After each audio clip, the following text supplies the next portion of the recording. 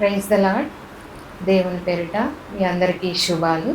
ఈ ఈ కాల సమయంలో మీరందరూ కూడా క్షేమంగా సురక్షితంగా దేవుని నామంలో ఉన్నారని ఆశిస్తున్నాము. ఈరోజు ధ్యానాంశం వచ్చి మనం అందరం కూడా మన నిజ జీవితంలో ఎలా జీవించాలి, ఏ విధంగా జీవిస్తే దేవునికి ఇష్టంగా ఉంటుంది అనేటువంటి విషయాన్ని మనం ధ్యానం చేద్దామండి. కీర్తన గ్రంథం 19వ అధ్యాయం 14వ వచనం కనుక మనం గమనించినట్లయితే, కీర్తన గ్రంథం 19:14 మనం గమనించినట్లయితే అక్కడ కీర్తనకారుడు అంటాడు కదా, మానవుని యొక్క జీవిత విధానము తెలియచేస్తూ అక్కడ అంటున్నాడు కీర్తనకారుడు. చూడండి, మన హృదయ ధ్యానము, మన నోటి మాటలు దేవుని దృష్టికి అంగీకారంగా ఉండాలని దేవుడు సెలవిస్తున్నాడండి. ఈరోజు వాక్యంలో మన హృదయ ధ్యానము, మన నోటి మాటలు కూడా అంగీకారంగా ఉండాలని దేవుడు కోరుకుంటున్నట్లు మనం చూడవచ్చు.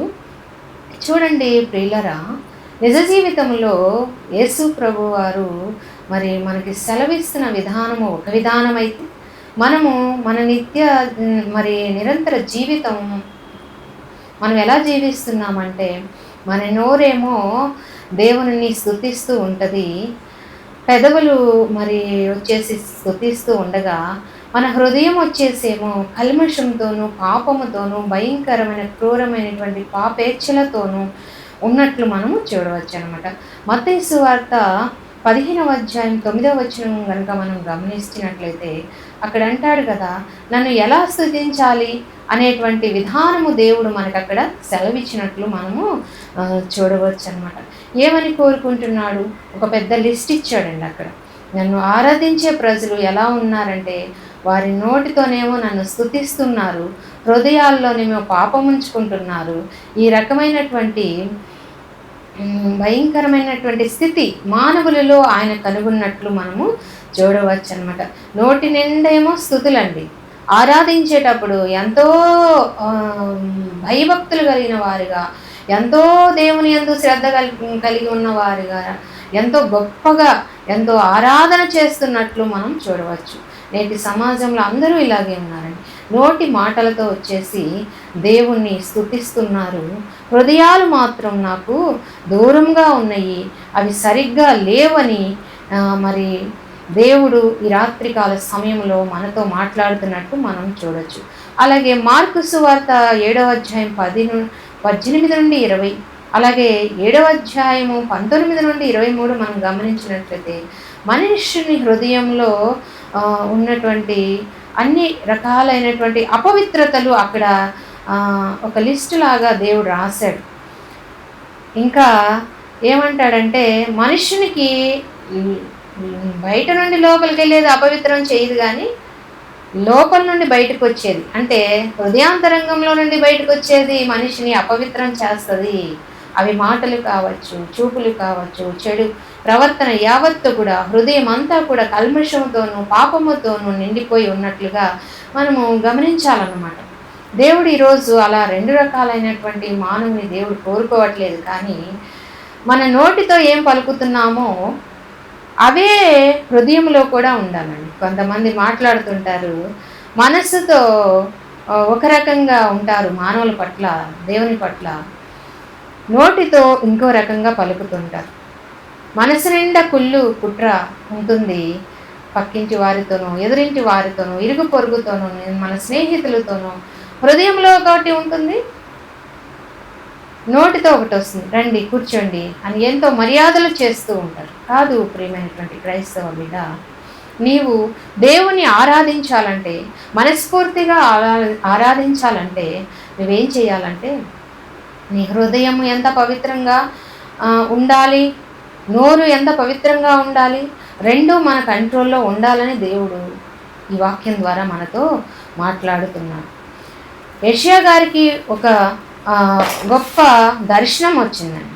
యెషయా గ్రంథం 6వ అధ్యాయం 7వ వచనం 9వ వచనం మనం గమనించినట్లయితే, యెషయా గ్రంథం 6వ అధ్యాయం 7, 9 మనం గమనించినట్లయితే అక్కడ చూడండి, యెషయా గొప్ప దేవుని యొక్క దర్శనం మనము చూసినట్లు మనం అక్కడ గమనించవచ్చు అనమాట.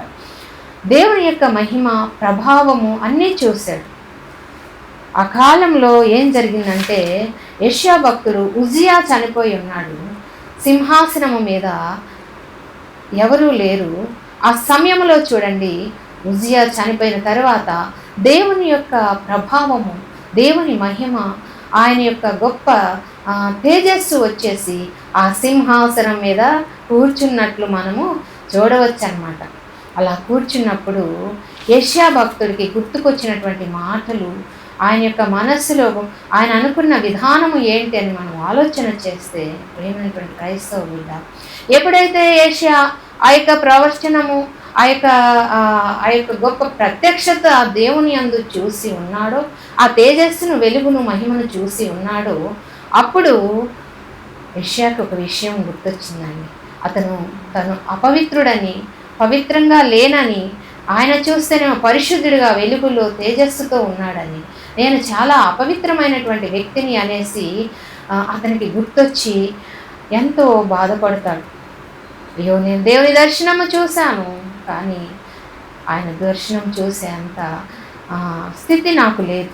నేను గొప్ప పాపిని, నేను భయంకరమైన దోషకుడిగా, మరి ఎంతో అపవిత్రుడిగా నేను ఉన్నట్లుగా యెషయా తనను తాను గ్రహించాడండి. గ్రహించినప్పుడు ప్రేమైనటువంటి క్రైస్తవ సంగమా, అక్కడ ఏం జరిగిందంటే, దేవుడు అంటాడు కదా, ఆ తేజస్సు, ఆ యొక్క వెలుగు చూసినప్పుడు యెషయా బాధపడుచున్నప్పుడు దేవుడు ఒక దూతను పంపించి ఆయనకున్నటువంటి అపవిత్రమైనటువంటి పెదవులు మరి పవిత్రపరిచినట్లు ఆ దూత వచ్చి ఆయన పెదవులను ముట్టుకొని అతనికి ఉన్నటువంటి అపవిత్రమైనటువంటి ఆ పెదవులను ముట్టినప్పుడు అతను పవిత్రుడైనట్లు, అప్పుడు దేవుని యొక్క ప్రత్యక్షతను, వెలుగును అతను చూడగలిగినట్లుగా మనం అక్కడ చూస్తాం. అయ్యో, నేను అపవిత్రుడిని ప్రభువా, నేను చూడగలిగినటువంటి గొప్ప స్థితి నా దగ్గర లేదని అతను భావించినప్పుడు దేవుడు అతని యొద్దకు ఒక దూతను పంపించి ఆ యొక్క దూత ద్వారా అతని పెదవులను ముట్టి స్వస్థపరిచి పవిత్రపరిచి అతను ఒక పవిత్రమైన వ్యక్తిగా మార్చినప్పుడు, ఆ పెదవులను ముట్టినప్పుడు అతను దేవుని యొక్క తేజస్సు మనము చూసినట్లు అక్కడ గమనించవచ్చు అన్నమాట. దేవుడు ఈరోజు మన దగ్గర కూడా ఇదే కోరుకుంటున్నాడండి.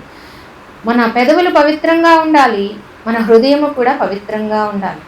పరమగీతాల్లో 4వ అధ్యాయం 1వ వచనంలో అంటాడు కదా, నా ప్రియురాలి యొక్క పెదవులు అనేవి అక్కడ పెదవుల్ని వర్ణిస్తూ ఎరుపు నూలుని పోలి ఉన్నాయి అని సెలవిస్తూ ఉన్నాడు. ఎరుపు అనేది దేనికి సాదృశ్యం అండి? క్రీస్తు యొక్క రక్తానికి. యేసు ప్రభు వారికే ఆ ఎరుపు అనేది సాదృశ్యంగా మనం చూడవచ్చు అన్నమాట. ఆయన మన కొరకు విమోచన క్రయధనముగా తనను తాను సమర్పించుకున్నారు. ఆ యేసు యొక్క రక్తం ద్వారా మన యొక్క పాపములు క్షమించబడటం, మన పెదవులు పవిత్రపరచబడటం అనేది మనము గమనించుకోవచ్చు. అక్కడ యెషయాకి ఆ యొక్క దూత వచ్చి ఏం చెప్పిందంటే, పెదవులు మరి అతను ముట్టి ఆ పెదవులను పరిశుద్ధపరిచినట్లుగా మనం అక్కడ గమనించవచ్చు అన్నమాట. ఎరుపు, నీ పెదవులంట ఎరుపు నూలు రంగుని కలిగి ఉండాలి. ఎందుకంటే ఎరుపు అనేది క్రీస్తు రక్తం, క్రీస్తు శరీరము ద్వారానే మనకి పాప విమోచన ఉంది. ఆయన రక్తం అనేదే మనకి విమోచన కలుగ చేస్తుంది. కాబట్టి ఆ యొక్క దేవుడు మరి సెలవిస్తున్నాడు, నీ యొక్క పెదవులు పవిత్రంగా ఉండాలి.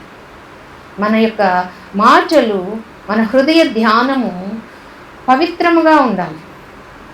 కొంతమందిలో అండి చెప్పడానికి మరి ఇదిగా ఉంటుంది, కానీ వారి పెదవులతో ఒకటి పలుకుతూ ఉంటారు, హృదయం ఒక విధముగా క్రూరముతో నిండి ఉన్నట్లుగా మనము చూడవచ్చు.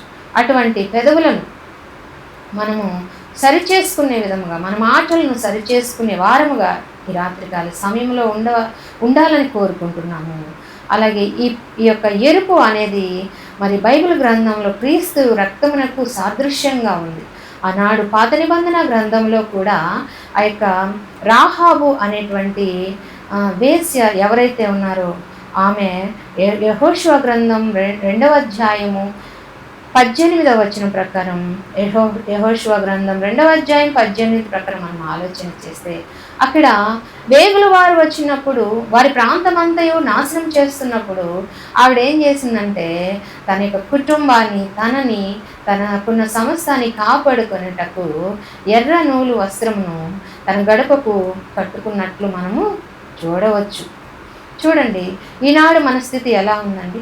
మన పరిస్థితి ఎలా ఉంది? మనం ఎటువంటి పెదవులు కలిగి ఉన్నాం? ఎటువంటి మాటలు మాట్లాడుతున్నాం? ఎటువంటి హృదయము మనం కలిగి ఉన్నాం? మన నోటి మాటలు దేవుణ్ణి స్తుతిస్తాయి, ఆరాధిస్తాయి, ఎంతగానో ఘనపరుస్తాయి. ఆదివారం వస్తే మన హృదయం అంతా కూడా, వారమంతా కూడా లోకానుసారంగా ఉన్నట్లు మనము చూడవచ్చు. కీర్తనాకారుడు అంటాడు కదా, 120వ కీర్తన 2వ అధ్యాయం 120వ అధ్యాయము 2 నుండి 4 వచనాలు మనం గమనించినట్లయితే, మన యొక్క పెదవుల నిండా అబద్ధములాడు విధానం ఉందనేది, ఆ అబద్ధములాడు పెదవులు దేవుడే విమోచించగలిగిన వాడని అక్కడ చూసినట్లు మనం చూడవచ్చు. నీ పెదవులు ఎలా ఉండాలంటే, దేవుడు కోరుకునే విధానములో నీ పెదవులు కాల్చబడిన పెదవులుగా ఉండాలి. యెషయా గ్రంథంలో యెషయా భక్తుని యొక్క పెదవులు ఆనాడు దూత కాల్చినట్లు మనం చూడవచ్చు. యెషయా గ్రంథం 6వ అధ్యాయం 7-9 ప్రకారం. అలాగే నీ యొక్క పెదవులు విమోచన చెందినటువంటి పెదవులుగా ఉండొచ్చు అన్నమాట.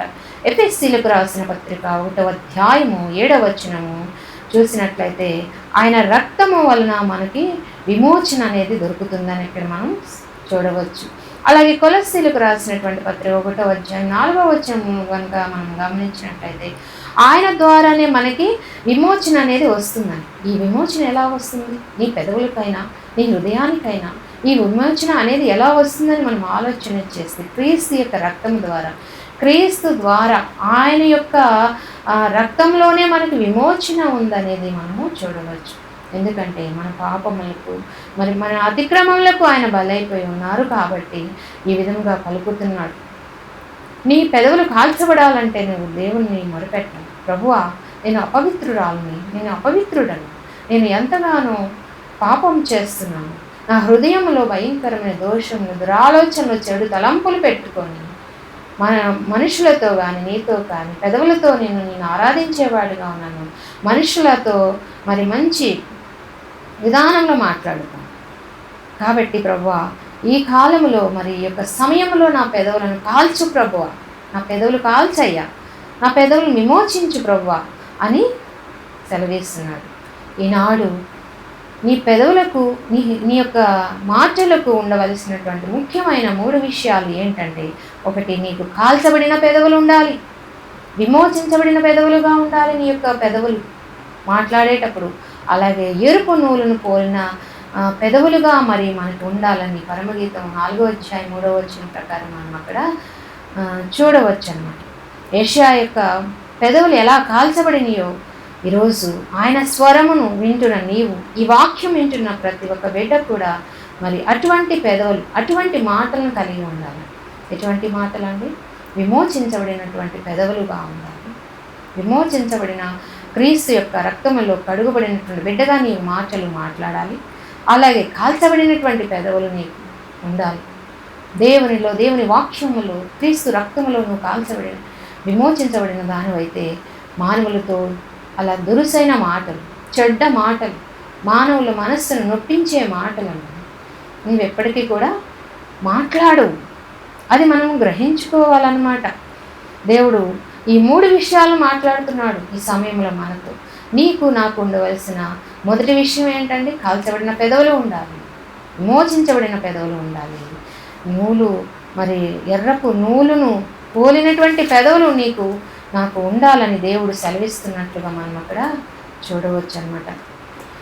చూడండి క్రైస్తవ బిడలారా, యెషయా ఎప్పుడైతే తన పెదవులు కాల్చబడే విధంగా మార్చుకొని, అంటే ఆ దూత వచ్చి ఎప్పుడైతే ఆయన పెదవులను కాల్చిందో అప్పుడు దేవుని దర్శనం చూడగలిగాడు.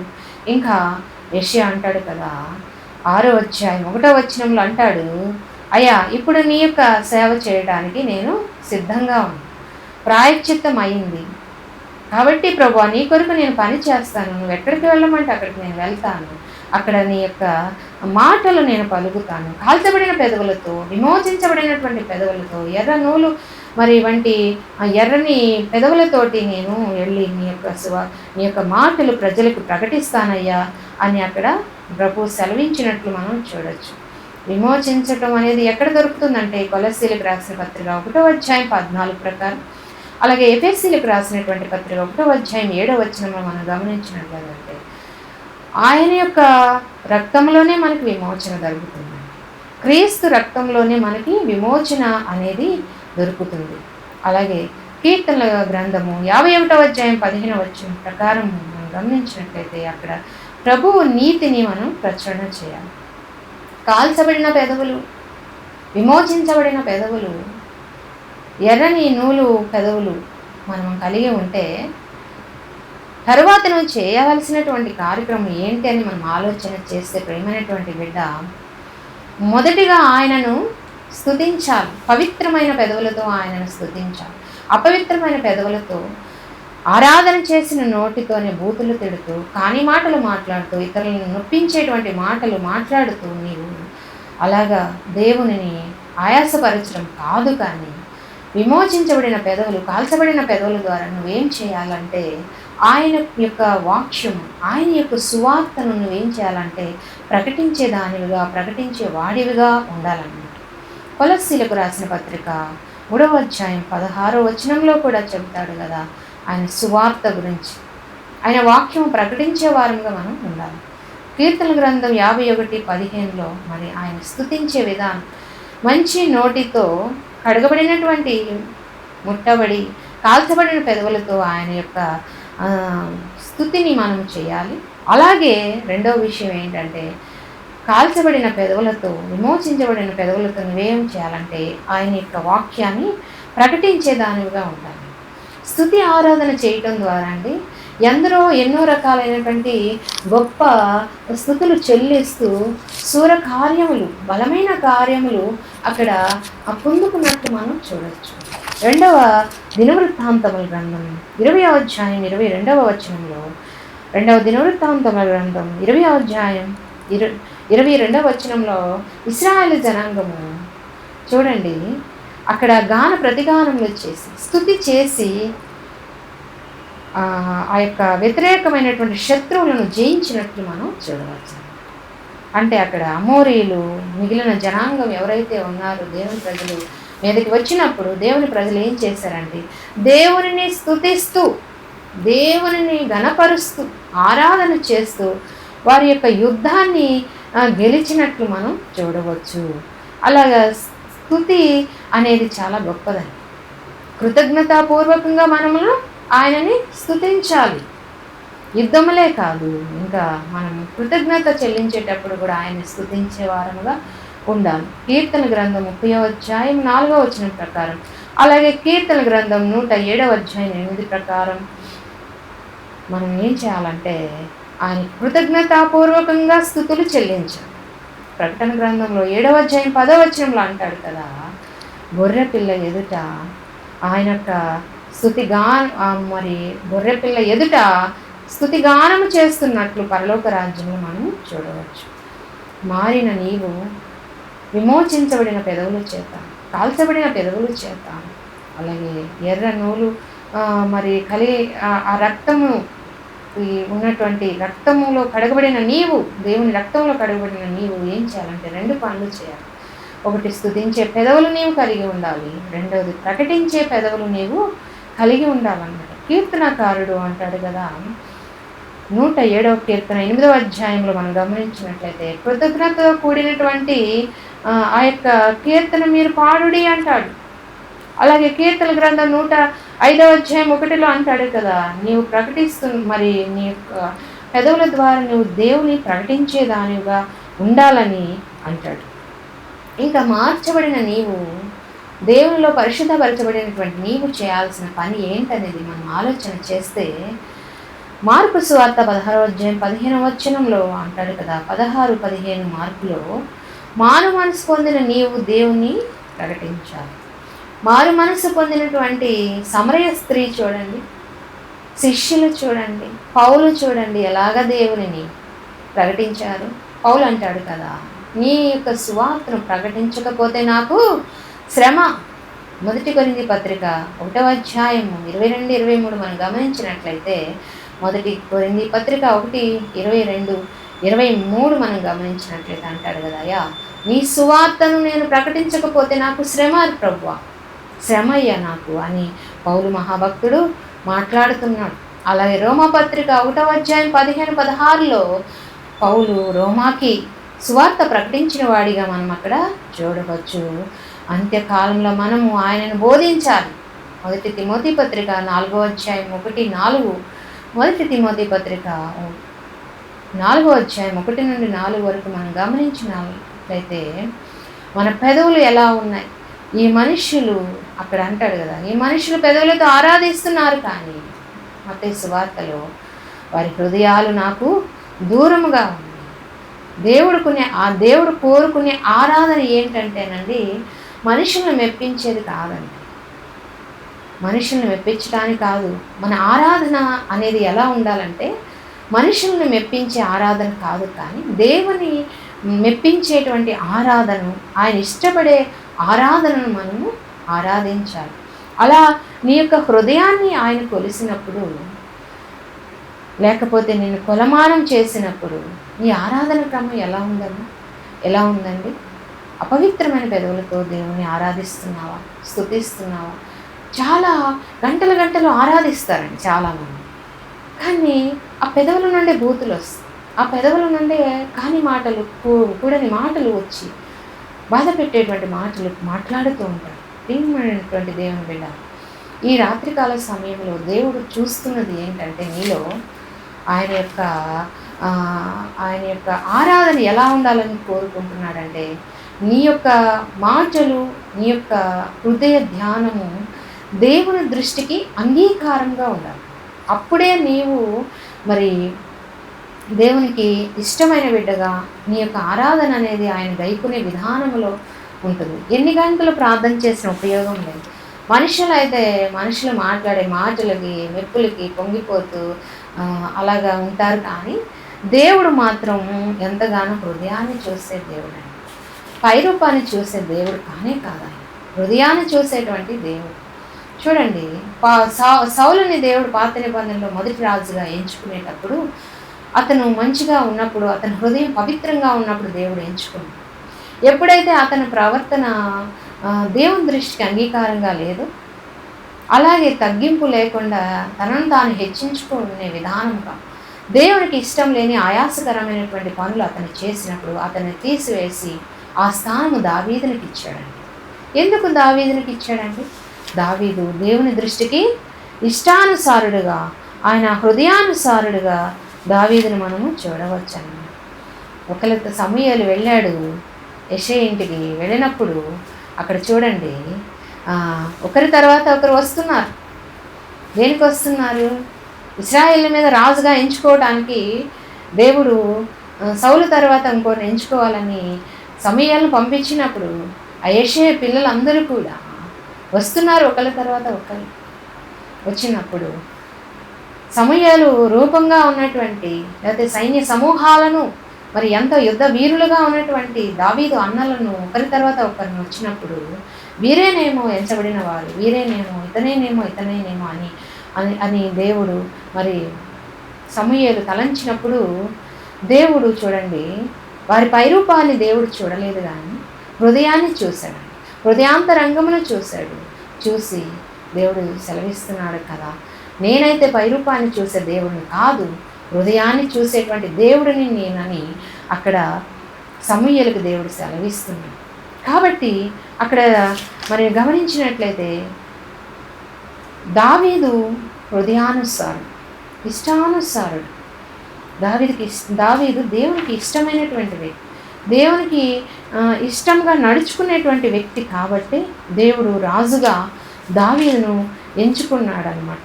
అక్కడ చెప్తున్నాడు కదా, వీరెవరు కాదు సమూయేలు, నువ్వు పైరూపాన్ని చూస్తున్నావు, నేనైతేనేమో ఆ యొక్క హృదయాంతరంగాన్ని చూస్తున్నాను. వారి యొక్క అన్నలు ఎవరైతే ఉన్నారో, దావీదు యొక్క అన్నలు, వారందరూ కూడా పైరూపము, యుద్ధ వీరులు, సామర్థ్యం కలిగిన వారు, ఆజానుబాహులు అయినప్పటికీ కూడా దేవుడు వారందరి మీద దృష్టి పెట్టలేదు. కానీ దృష్టి పెట్టింది ఎవరి మీద అంటే దావీదు మీద దృష్టి పెట్టింది. ఎందుకంటే దేవుడు దావీదులో చూసింది ఏంటంటేనండి, హృదయాన్ని చూశాడు. దేవునికి ఇష్టానుసారమైన హృదయం దావీదులో ఉంది కాబట్టి తరువాత రాజుగా దావీదు ఎన్నుకొనబడినాడు. ఈ వాక్యం వింటున్నటువంటి ప్రియబిడ్డ, నీ యొక్క హృదయం ఎలా ఉంటుంది? భయంకరమైన అపవిత్రమైన కార్యముల చేత నువ్వు తప్పిపోతున్నావా? హృదయం నిండా పాపం, నోటి నిండా నవ్వు, హృదయం నిండా పాపం ఉంచుకుంటారు. నోటి నిండా నవ్వు ఉంచుకుంటారు, హృదయం నిండా కుళ్ళుంచుకుంటారు. పైకి మాత్రం మంచిగా మాట్లాడతారు. ఎవరితోనే మాట్లాడేటప్పుడు మీ అంతటోళ్ళు లేరని గొప్పగా మాట్లాడతారు, కానీ వారి హృదయంలో మాత్రం వాళ్ళు తెచ్చుకుంటారు. దేవునికి కూడా చూడండి, ఇహలోక సంబంధమైన భౌతికమైనటువంటి పెదవులతో చేసేటువంటి యొక్క మానవుల ఆచారంగా పద్ధతులుగా ఆచారయుక్తమైనటువంటి భక్తి జీవితాన్ని కానీ ఆచారంతో చేసేటువంటి ఆరాధన, స్తుతి ఆరాధన కానీ ఆయన కోరుకోడు. హృదయముతో, పవిత్రమైన హృదయముతో చేసేటువంటి ఆరాధన, స్తుతి అనేది దేవుడు కోరుకుంటాడు. మనము సుంకరి పరిసీని యొక్క కథలో కూడా మనము గమనించినట్లయితే అక్కడ చూడండి, సమరయుడేమో నోటితో ఆరాధన చేస్తున్నాడు, హృదయంలో అపవిత్రత ఉంచుకున్నాడు. అయ్యా, నేను అటువంటి సుంకరి వాడిని కాదు, అలాంటి వాడిని కాదు, ఇలాంటి వాడిని కాదు, నేను దశం భాగాలు ఇస్తున్నాను, నేను నీకు ఆరాధిస్తున్నాను, నేను ఉపవాసాలు ఉంటున్నాను, నేను ఎంతో భక్తి జీవితాన్ని చేస్తున్నాను. తన గురించి తాను పొగుడుకుంటున్నాడు. అతను పొగుడుకున్నప్పుడు దేవుడు ఆ యొక్క పరిసీని ఆరాధన, స్తుతి ఏమాత్రము గమనించలేదు. పెదవులతో చేశాడు పరిసయుడు దేవునికి స్తుతి. ఈ యొక్క సుంకరి అయితేనండి ఎలా చేశాడంటే తన యొక్క ప్రార్థన హృదయముతో, హృదయ శుద్ధితో, తను పాపినని గ్రహించి పాపాన్ని దేవుని యొద్ద ఒప్పుకుంటూ చేసినట్టు మనం చూడవచ్చు. అయ్యా, నేను ఘోరమైన పాపిని, నేను దేవునిగా మరి నేను పిలువటానికి కూడా నేను అర్హుడిని కాదయ్యా, అంత ఘోరమైన పాపినయ్యా అని అతని యొక్క పెదవులతో కాదు కానీ హృదయముతో అతను చెప్పాడు. ఏమని చెప్పాడంటే తన పాపాన్ని ఒప్పుకుంటూ చెప్పినప్పుడు ఈ యొక్క పరిసీని సుంకరిని విషయంలో దేవునికి ఎవరిష్టంగా ఉన్నారండి? నోటి మాటలతో దేవునితో పొగుడుతూ, దేవుని పొగుడుతూ ఆరాధిస్తూ, ఉత్తుత్త మాటలతోటి మాట్లాడుతూ, పై ఆరాధన వేషధారణ వేసుకున్న పరిసయుడు ఇష్టంగా ఉన్నాడా? హృదయాంతరంగంలో నుండి తనను క్షమించమని, తన పాపాలను విడిపించమని తనను తాను తగ్గించుకొని చేస్తున్న సుంకరి ప్రార్థన దేవుడు అంగీకరించాడు. ఆలోచించాలి మనం. వారిద్దరిని మనం కంపేర్ చేసుకున్నప్పుడు నీవు ఎలాగున్నావు? నువ్వు పరిసీని వలె ఆరాధన చేస్తున్నావా? ప్రభువుని స్తుతిస్తున్నావా? లేదు, ఎంత మాత్రము అలా చేయటానికి వీలు లేదని. పరిసయుడు ఎలాగైతే పై భక్తి వేషధారణతో కూడినటువంటి భక్తి చేస్తున్నాడు, అటువంటి వేషధారణ కలిగినటువంటి భక్తి నేను చేస్తున్నావా? చర్చికి వెళ్ళి ఏ నోటితో అయితే అపవిత్రమైన మాటలు మాట్లాడేవో, బూతులు మాట్లాడేవో, భయంకరమైన మాటలు, దూషణ మాటలు, ఇతరులను గాయపెట్టే మాటలు మాట్లాడేవి, అదే నోటితో వెళ్ళి హల్లెలూయా స్తుతి అని నువ్వు దేవుని ఆరాధిస్తున్నావు. అది ఎంత మాత్రము దేవునికి యోగ్యమైనటువంటి ఆరాధన కాదు బిడ్డ. సుంకరి వలె నీవు ప్రార్థించాలి, నీ పాపమును నొప్పుకోవాలి, నీ హృదయాన్ని పరిశుద్ధపరచుకోవాలి, నీ పెదవులు దేవుని యొక్క రక్తముతో మరి విమోచించబడాలి, నీ పెదవులు కాల్చబడాలి. యెషయా పెదవులు ఎలాగైతే కాల్చబడ్డాయో అటువంటి పెదవులు నువ్వు ధరించుకోవాలి. నీ హృదయంలో కూడా దేవుడు నీతోనే ఈరోజు మాట్లాడుతున్నాడు. దురాలోచన, దుష్ట ఆలోచన, భయంకరమైన పాపము దేవుడు ఉండటానికి ఇష్టపడలేదు. కానీ ప్రియమైనటువంటి దేవుని బిడ్డ, నీ హృదయం పవిత్రంగా ఉండాలి. కాబట్టి కీర్తనకారుడు అన్నట్లు 19:14 ప్రకారంగా అంటాడు కదా, నా నోటి మాటలు, నా హృదయ ధ్యానము నీ దృష్టికి అంగీకారంగా ఉండాలి ప్రభు అంటాడు. మత్తయి సువార్తలో కూడా అదే మాట చెబుతుంది. ఒకరికి నోటి మాటలు ఒక రకంగా ఉంటాయి, హృదయం ఒక రకంగా. ఈ 2 రకాల భక్తి జీవితం చేస్తే ఖచ్చితంగా నువ్వు వేషధారివే అవుతావు దేవుని దృష్టి. కాబట్టి మన జీవితాలను సరిచేసుకో. అయ్యా, నా యొక్క నా హృదయము ఎలాగుందో నా నోటి నుండి వచ్చే మాటలు అలాగే ఉండాలయ్యా, నన్ను మార్చు ప్రభు. అపవిత్రమైన హృదయాన్ని కలిగి ఉన్నాను, పవిత్రమైన స్తుతి ఆరాధన చేయడానికి ముందుకు వస్తున్నాను. నాలో ఉన్న దోషాలను, పాపాలను, లోపాలను క్షమించు ప్రభు అని మనందరము కూడా ఈరోజు వేడుకునే వారముగా ఉండాలి. ఈ వాక్యాన్ని ఇంతటితో ముగించుకున్నాం. ఈ చిన్న వాక్యాన్ని దేవుడు దీవించి ఆశీర్వదించుగాక. చిన్న ప్రార్థన చేసుకున్నామండి. పరిశుద్ధుడా, ప్రేమ నమ్మకమైన మా గొప్ప తండ్రి, మీకు స్తుతులు స్తోత్రాలయ్యా. ఈ యొక్క వాక్య ధ్యానము ప్రకారం ఈరోజు మాతో ఎంతో సూటిగా మీరు మాట్లాడారు ప్రభువా. మీకు వందనాలు, స్తుతులు స్తోత్రాలయ్యా. ఏ బిడ్డలైతే హృదయమునైనా నిండా ఘోరమైన పాపము నుంచుకొని పైకి మిమ్మల్ని ఆయన వేషధారుల వల్లే స్తుతిస్తూ ఉన్నారు. అటు యొక్క బిడ్డలను మీరు దర్శించండి, వారి హృదయాలను మీరు ఆయన దర్శించుకోండి. వారి పెదవులు ఎంత పవిత్రమైన ఆరాధన చేస్తున్నారు, వారి హృదయము కూడా అటువంటి పవిత్రమైనటువంటి హృదయం కలిగిన వారిగా అయ్యా, కీర్తనకారుడు చెప్పే విధానంలో నాయన వారి భక్తి జీవితం హృదయంలో ఏదైతే ఉందో నోటికి కూడా అదేటువంటి మాటలు వచ్చే విధానంలో ఉందండి.